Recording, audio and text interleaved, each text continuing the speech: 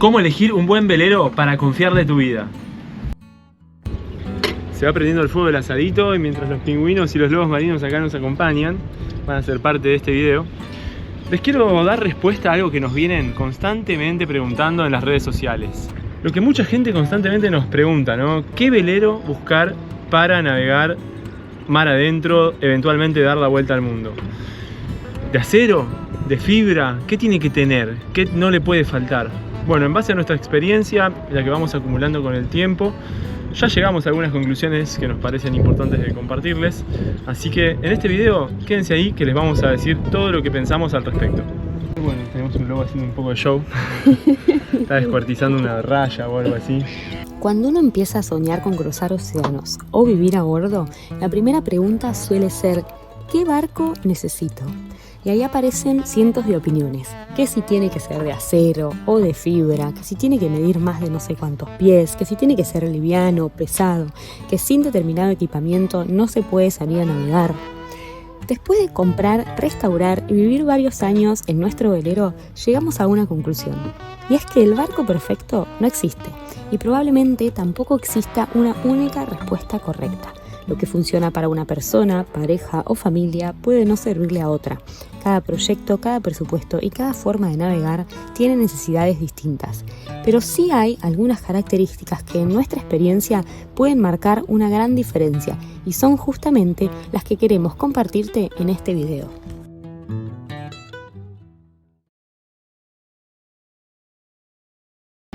Bueno, ¿qué queríamos nosotros? ¿Por qué llegamos al Tupac Amaru? Y la respuesta honesta es que en realidad fue bastante fortuito. Este fue el barco que nos eligió a nosotros, el barco que eligió que nosotros fuéramos sus tripulantes para cuidarlo y para navegarlo. Y la verdad que llegó a nosotros prácticamente como una cuestión del azar o de la fortuna, porque llegó con su tripulante necesitando desprenderse del barco en condiciones en las que ya no lo podía mantener, y yo justo estaba aquí y por un precio que realmente era accesible para mí, pude hacerme cargo del velero. Así como me llegó, sin embargo, es el barco que siempre soñé, es lo que siempre quise para poder navegar con tranquilidad, con seguridad, cualquier lugar, cualquier latitud, cualquier mar de este mundo. Sus características principales que me hicieron decidirme así tan fácil son un casco de acero súper robusto y reforzado, con buenos espesores, con buen tratamiento, a pesar de que tenía graves problemas de corrosión, no eran problemas estructurales. Un cockpit central, que fue algo que siempre quise en un barco, que nos permite estar súper protegidos de los elementos, lejos de la popa, de las bordas, poder timonear desde un lugar que nos hace sentir muy seguros. Un buen motor, un buen palo, buena jarcia, todas características que me hacen también seguro de poder tripularlo solo, tripularlo de a dos. Es un barco como lo que siempre soñé y eso apareció necesitando cariño y no podíamos rechazarlo. Seguro habían barcos mejores para elegir, pero bueno, la billetera también es el factor que nos hace decidir en algún momento lo que podemos pagar, ¿no? Lo que podemos acceder con nuestros recursos. Y este barco era todo lo que soñé, solamente necesitaba cariño, no necesitaba demasiada plata y mucho esfuerzo, mucho trabajo seguro, que para eso estaba listo para encararlo. Después, ¿por qué acero? ¿Por qué tanto siempre quise un barco de acero y no uno de fibra o de otros materiales? Bueno, quédense ahí que les voy a profundizar en ese aspecto.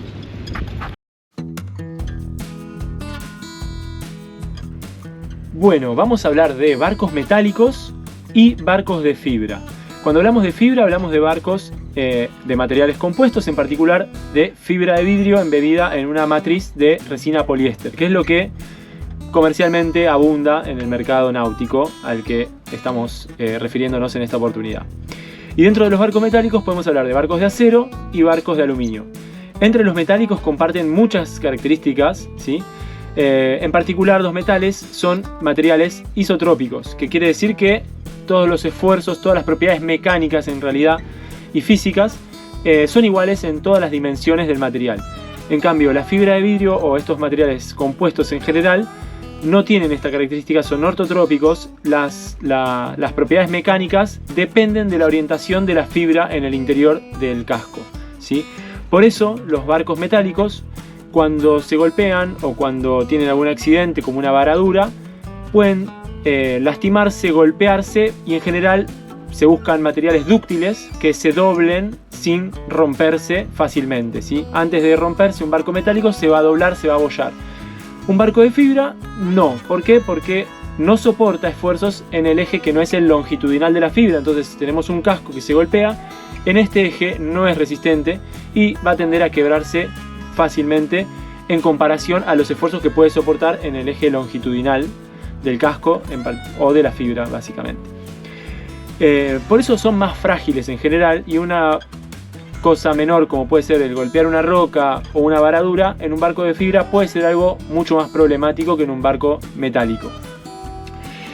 Esa es la gran desventaja comparativa entre los barcos de fibra y los barcos metálicos. Los barcos metálicos entre sí igual comparten otras muchas ventajas con respecto a los de fibra, que es que son también barcos que se pueden reformar con facilidad, se pueden reparar con facilidad.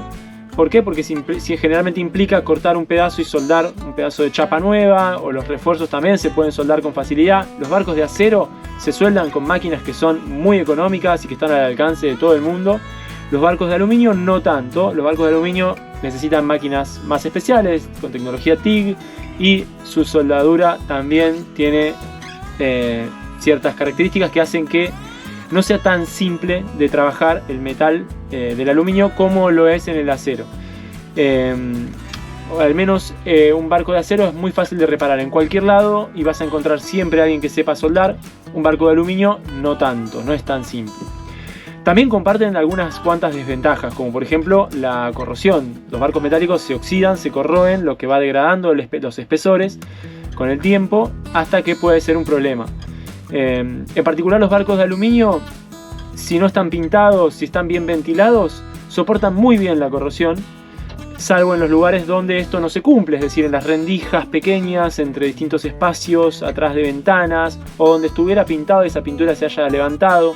Por eso en general los barcos de aluminio no se pintan, porque la capa de óxido superficial que se forma es pasivante y hace que el oxígeno no siga penetrando hacia el material de aluminio y no siga produciendo corrosión. En cambio los aceros no, el óxido que se genera no llega a protegerlo suficientemente bien y se necesita pintura. Y la pintura en general hay que mantenerla siempre en muy buen estado, porque donde empieza a penetrar el oxígeno, el barco de acero se oxida y se agujerea. Por eso llevan más mantenimiento en general los barcos de acero con respecto a los otros dos que estamos mencionando, porque necesitan este trabajo constante de pintura, con pinturas que a veces pueden ser caras, para que el tratamiento tenga sentido y lo proteja bien de la corrosión. Hoy en día igual un tratamiento de pintura dura una cantidad significativa de años si está bien hecho y no es un problema tan grave tampoco. Otra desventaja de los barcos de acero es que son mucho más pesados que los barcos de aluminio y los de fibra. Eso hace que a vela sean un poco más lentos y a motor consuman más combustible también con respecto a los otros dos. No hay un barco perfecto, todos siempre son trade-offs. Siempre hay fortalezas y debilidades para cada uno de los tres tipos de materiales que estamos ahondando. Volviendo a las reparaciones, en un barco de fibra no son tan simples por estas mismas características del material que les comentaba.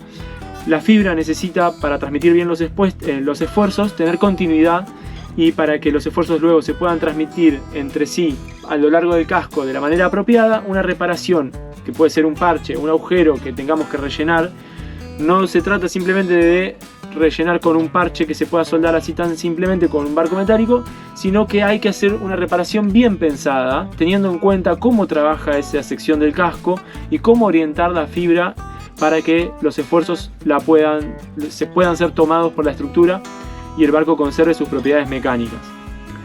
Después tenemos que hablar de un gran enemigo de los barcos de fibra, que es la ósmosis.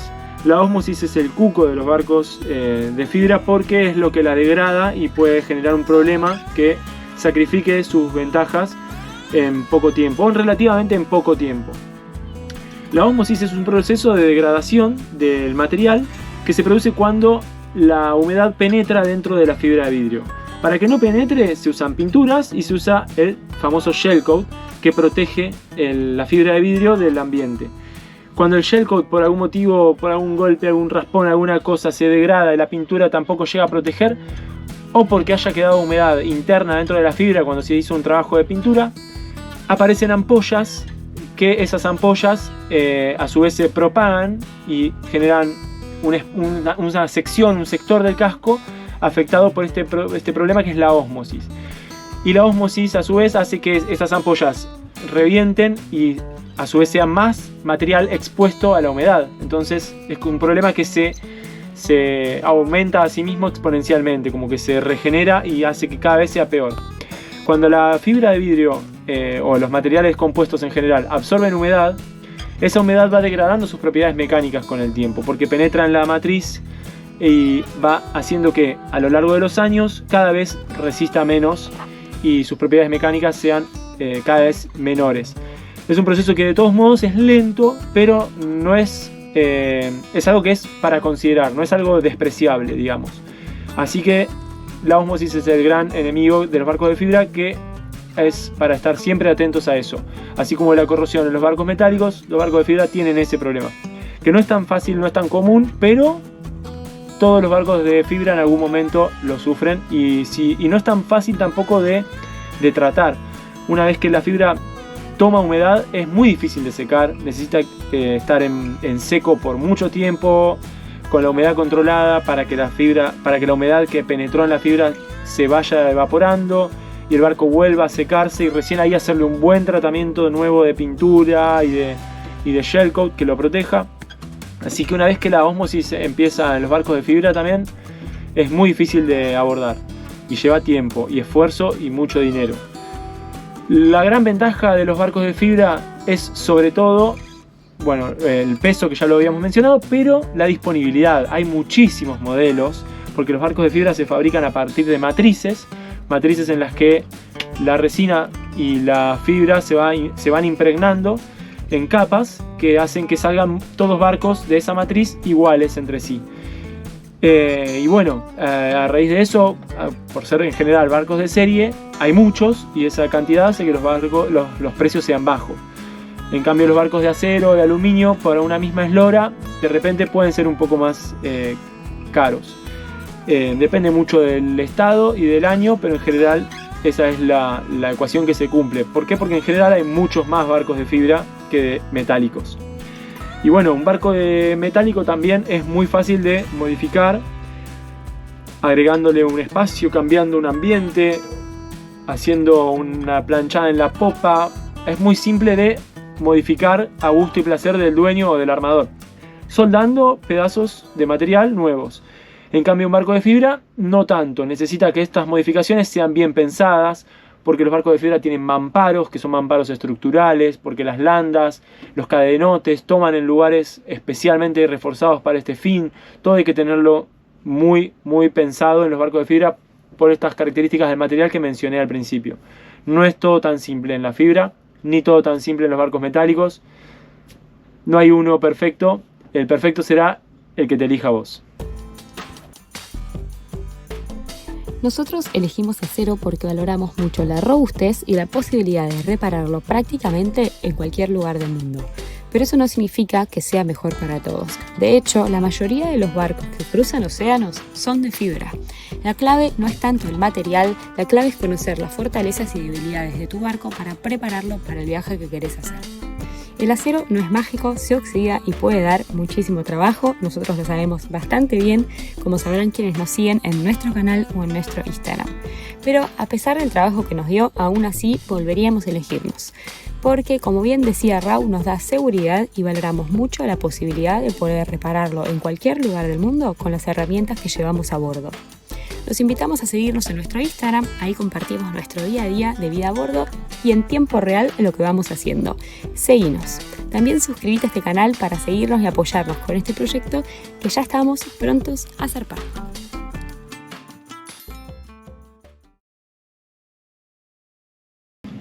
Bueno, ¿qué mirar a la hora de elegir un barco para navegar en alta mar y sentirse seguro, confiarle en nuestra vida?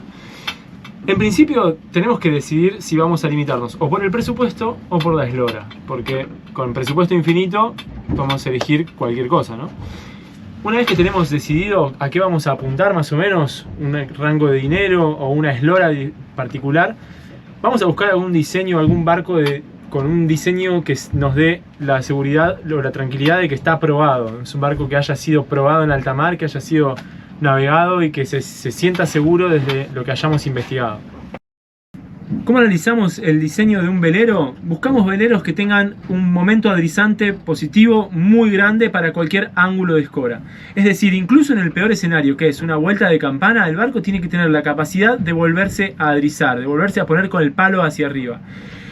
Los barcos pensados para navegar en alta mar tienen momentos adrizantes muy potentes para ángulos de escora grandes. Esto se ve en las curvas de diseño, en las curvas polares del barco que los fabricantes o los diseñadores publican.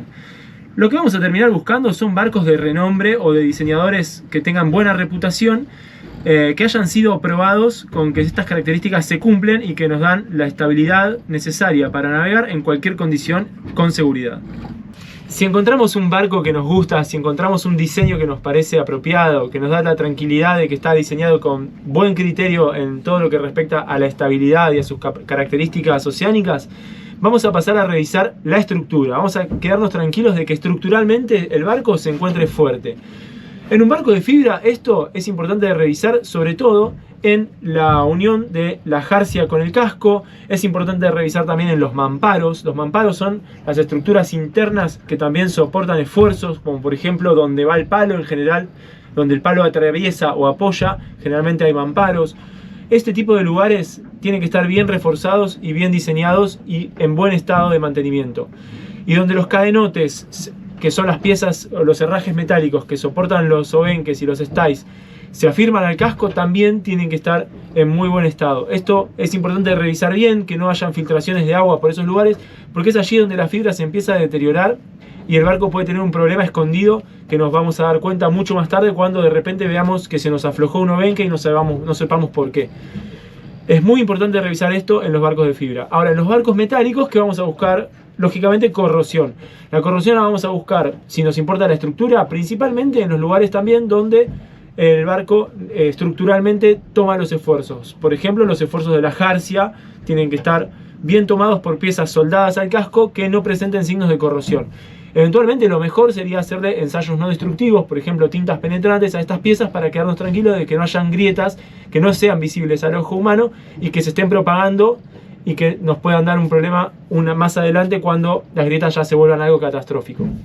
Bien, si estructuralmente el casco entonces nos da seguridad, vamos a querer revisar también la jarcia y el palo, la arboladura, todo lo que nos va a permitir izar una vela y navegar. El peor de la condición, cualquier momento, en cualquier circunstancia, poder levantar un pedazo de trapo nos va a permitir llegar a cualquier destino, si sabemos manejarlo. Así que es importante revisar que todo eso esté en muy buen estado. Vamos a revisar los obenques, los stays, vamos a subir al palo, vamos a asegurarnos de que todo esté en buen estado, todas las piezas metálicas, los herrajes que sujetan la arboladura de nuestro barco tienen que darnos confianza.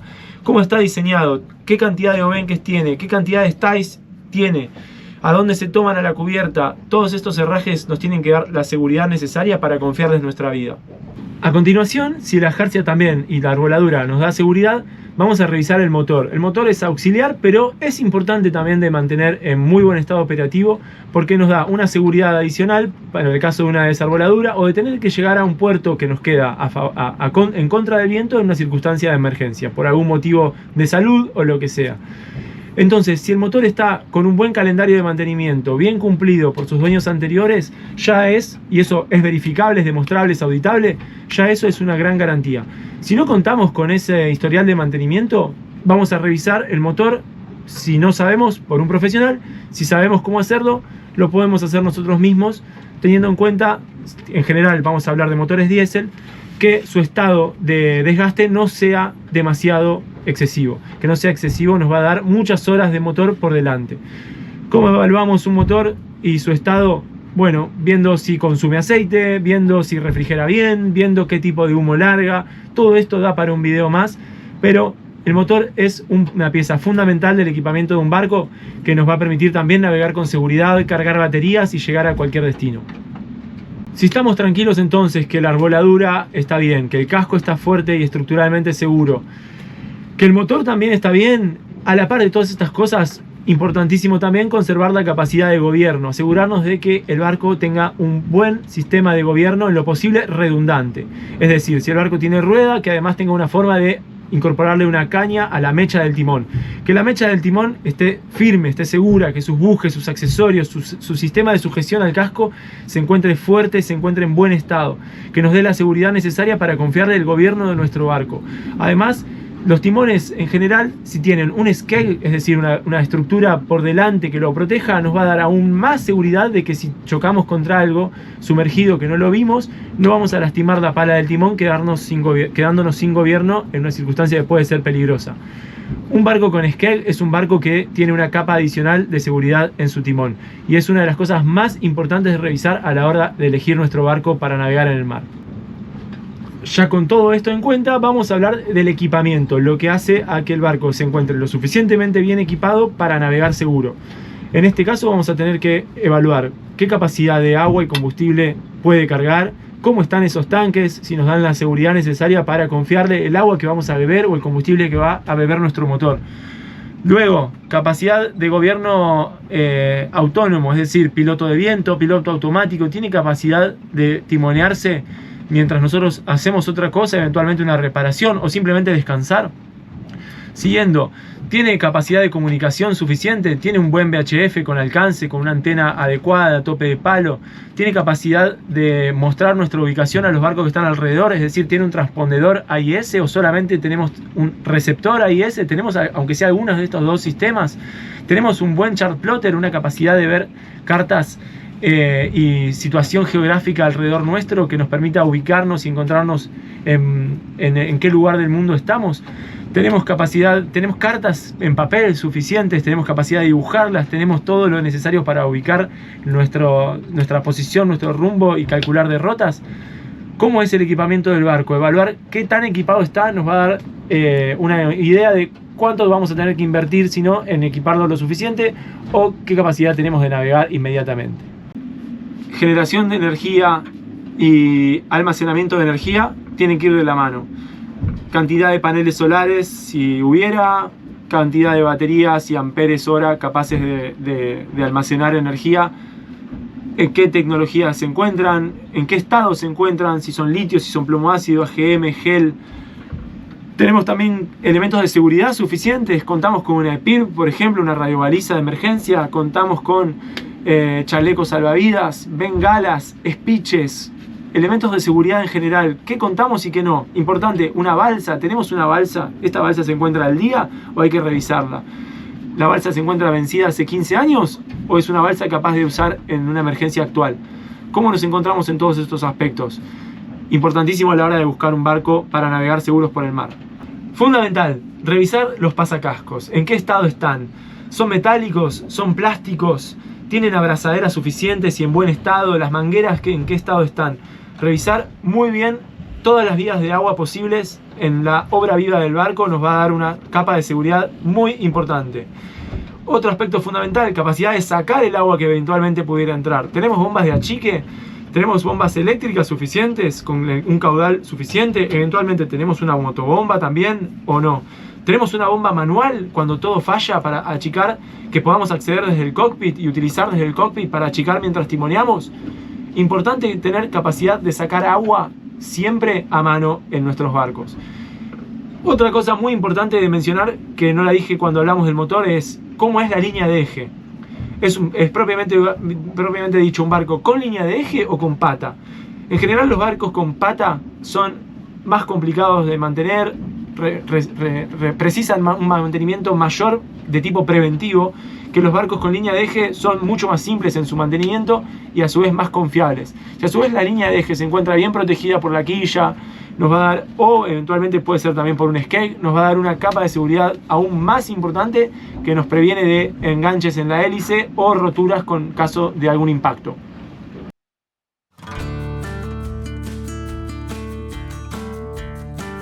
Me gustaría que me dejen en los comentarios si hay algo que les parece que me quedó afuera de este video, que no lo profundicé o que directamente no lo mencioné, si me haya pasado. Y también que me cuenten qué proyectos náuticos tienen y qué barcos imaginan ideales para ustedes, con qué barcos sueñan, con qué tipo de barcos sueñan. Cuéntenme ahí en los comentarios que leemos todo y respondemos todo. Bueno, y ahora mi conclusión. Lo que me parece más importante es dejar como conclusión para este video sobre este tema que tanto nos preguntan. Pero primero, sepan y no se olviden que tenemos un link en la descripción a nuestro Patreon, que es la plataforma donde compartimos un poco más de nuestro día a día, y también material que preparamos especialmente para ustedes, como por ejemplo el libro de Manu y mucho más que pueden encontrar ahí y no en otro lado, para de alguna forma acompañarnos mucho más de cerca y ayudarnos a seguir adelante con estos videos y todo nuestro proyecto de seguir navegando el Tupac Amaru. Volviendo al tema del video, lo que creo honestamente es que el barco ideal no existe. Por más billetera o dinero que tengamos, lo más importante es elegir un barco que nos haga sentir cómodos y aptos para hacer lo que sea que sea nuestro proyecto de navegar. Y lo más importante pasa por prepararnos nosotros mismos, por sentirnos aptos para tripularlo y navegarlo. Que eso es una preparación que nunca se termina y que siempre tiene para avanzar y para profundizar. Ejemplos de por qué pienso esto hay un montón. Para empezar, hay navegantes que hicieron mucho con poquísimo, con muy pero muy poco. Como por ejemplo, no sé, se me ocurre el primero, Vito Dumas, que sin electrónica, con un barco de madera en plena Segunda Guerra Mundial, hizo la vuelta al mundo por una ruta que se consideraba imposible de hacer a vela. Alberto Torroba, el navegante número 1 a mi criterio, mano a mano con Vito. Si no lo conocen, búsquenlo, porque la verdad que su historia es impresionante, con barcos construidos por él mismo también, de manera muy precaria para los estándares que hablamos hoy. Hizo muchísimo. Evgeny Govtsev, para hablar de alguien que no es argentino, un ruso que construyó un velero pequeñito de 4 metros en el balcón de su casa, con el que terminó dando 3 vueltas al mundo. Y así hay ejemplos que demuestran de que el barco, en el fondo, no es lo más importante a la hora de un proyecto náutico. Lo más importante es prepararnos nosotros. Los barcos aguantan un montón, mucho más que las personas. Siempre somos las personas el punto más débil en cualquier proyecto náutico, y es ahí donde hay que hacer foco. Así que bueno, si les gustó el video, ya saben, gracias por acompañarnos, les dejamos un beso y un abrazo grande. Acá estamos con los pingüinos cazando cornalitos. Nosotros y ellos.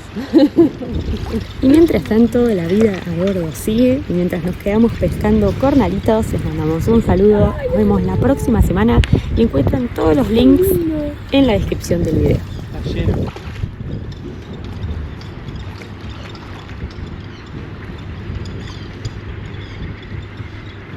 Se están dando una panzada. Nosotros sacamos unos poquitos nomás.